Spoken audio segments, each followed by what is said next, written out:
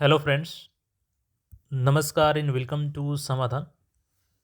साथियों, उम्मीद है कि आप सब अच्छे होंगे और साथ ही साथ आपकी स्टडी भी अच्छे से चल रही होगी। आज बीपीएससी ने दो वैकेंसी को जारी किया है। एक था इसमें से असिस्टेंट फॉरेस्ट कंजर्वेटर, जिसको हमने थोड़ी ही देर पहले आपको अपडेट किया था। और उसके सिलेबस की बात करें तो देखिए, उसके सिलेबस के लिए आपको टेलीग्राम चैनल को ज्वाइन कर लेना है @समाधान SAMADHANBYADITYA, ये सर्च कीजिएगा तो आपको टेलीग्राम चैनल मिल जाएगा। उस पर ज्वाइन कीजिए, उस पर हम सिलेबस डाल दिए हैं, वहाँ से आप लोग देख सकते हैं। अच्छा, अब इस वैकेंसी के बारे में हम लोग बात करें तो ये फैक्ट्री इंस्पेक्टर की दूसरी वैकेंसी है और इसकी नोटिफिकेशन आ चुकी है। कौन कौन से लोग इसके लिए एलिजिबल हैं, चयन की प्रक्रिया, उम्र सीमा, सारी योग्यताओं को हम लोग देखेंगे यहाँ पे। देखिए, ये नोटिफिकेशन है आपका और इसमें पद है कारखाना निरीक्षक सामान्य का कितना है, 14 है। कारखाना निरीक्षक रसायन का कितना है, 1 है। और कारखाना निरीक्षक भेषज का कितना है, 2 है। टोटल 17 पद है, जिसमें से अनरिजर्व के लिए 7 है, महिला के लिए 2 है, इसमें ईडब्ल्यूएस का 2 है, अनुसूचित जाति का 2 है, अनुसूचित जनजाति का नहीं है सीट यहाँ पे, ईबीसी का 3 है, बीसी का 2 है और बीसी पिछड़ा वर्ग के महिलाओं का 1 है। टोटल 17 है, जिसमें महिलाओं के लिए 3 सीटें यहाँ पर रिजर्व रखी गई है। ठीक है, तो ये यहाँ पे हो गया।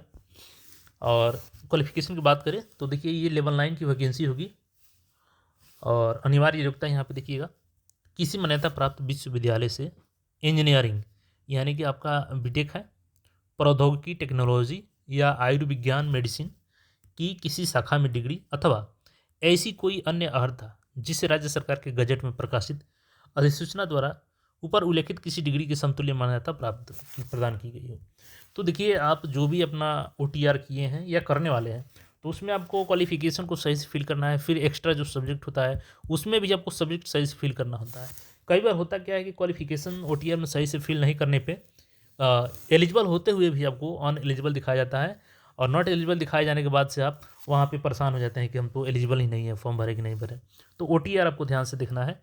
अगर कर लिए हैं तो उसमें सब्जेक्ट अपडेट कर लीजिएगा सही से, नहीं किए हैं तो सही से उसमें सब्जेक्ट को डालिएगा। नोट पॉइंट देखिएगा, रेगुलर MBBS की डिग्री को ही आयुर्विज्ञान मेडिसिन के अंतर्गत मान्यता प्रदान की जाएगी। और अनुभव की बात भी यहाँ पे की गई है। तो देखिए, प्रख्यात फर्म या सरकारी विभाग में इंजीनियरिंग, प्रौद्योगिकी टेक्नोलॉजी या आयुर्विज्ञान मेडिसिन में 2 वर्षों का व्यवहारिक अनुभव होनी चाहिए। परंतु किसी मान्यता प्राप्त विश्वविद्यालय से डिग्रीधारी उम्मीदवारों के मामलों में विश्वविद्यालय पाठ्यक्रम के व्यवहारिक प्रशिक्षण पर बिताई गई अवधि 1 वर्ष के लिए बीट व्यवहारिक अनुभव में गणना की जाएगी।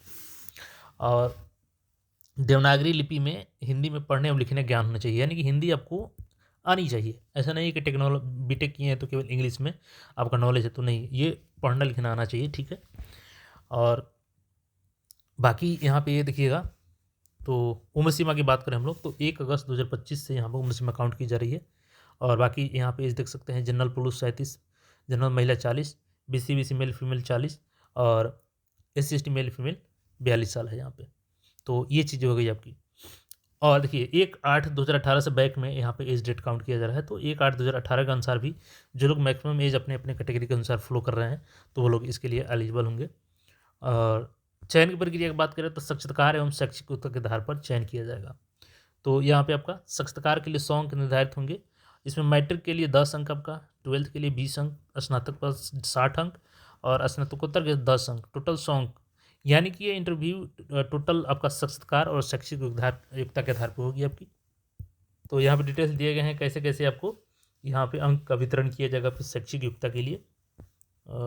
ये चीज़ें यहाँ पे दी गई है। फॉर्म की बात करें हम लोग तो फॉर्म आपका देखिए, यहाँ पे डेट 12 जनवरी से ये भी शुरू हो रहा है और 2 फरवरी तक ये ऑनलाइन आवेदन होगा। तो जो लोग भी ये क्वालिफिकेशन रखते हो वो लोग अप्लाई कर सकते हैं, क्योंकि सिंपल यहाँ पे क्वालिफिकेशन के आधार पे और आपके इंटरव्यू के आधार पर सिलेक्शन लिया जाएगा।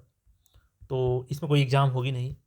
तो जो भी अपने साथी हैं उनके साथ शेयर कर दीजिए, जो ये क्वालिफिकेशन धारित करते हो वो लोग सिंपली इस पोस्ट के लिए एलिजिबल हैं और वो लोग अप्लाई कर सकते हैं। 17 पोस्ट है, लेवल 9 की पोस्ट है ये, तो एक अच्छी पोस्ट है।